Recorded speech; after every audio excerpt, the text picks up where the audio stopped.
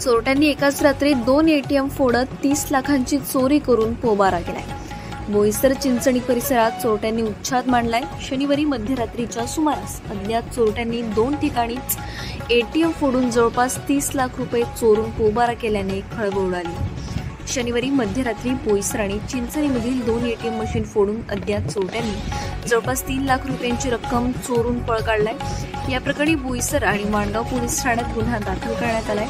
बोईसरमधील अवधनगर परिसरातील हिताची मनी स्पॉट कंपनीचे ATM machine अज्ञात चोरट्यांनी पहाटे 3 वाजेच्या सुमारास गॅस कटरच्या मदतीने तोडून आतमधील 9 लाख रुपये घेऊन पोबारा केला। पुरावा राहू नये यासाठी चोरट्यांनी एटीएम मशीनच्या खोलीतील सीसीटीव्ही कॅमेऱ्यावर रसायन फवारणी करून चोरी केली।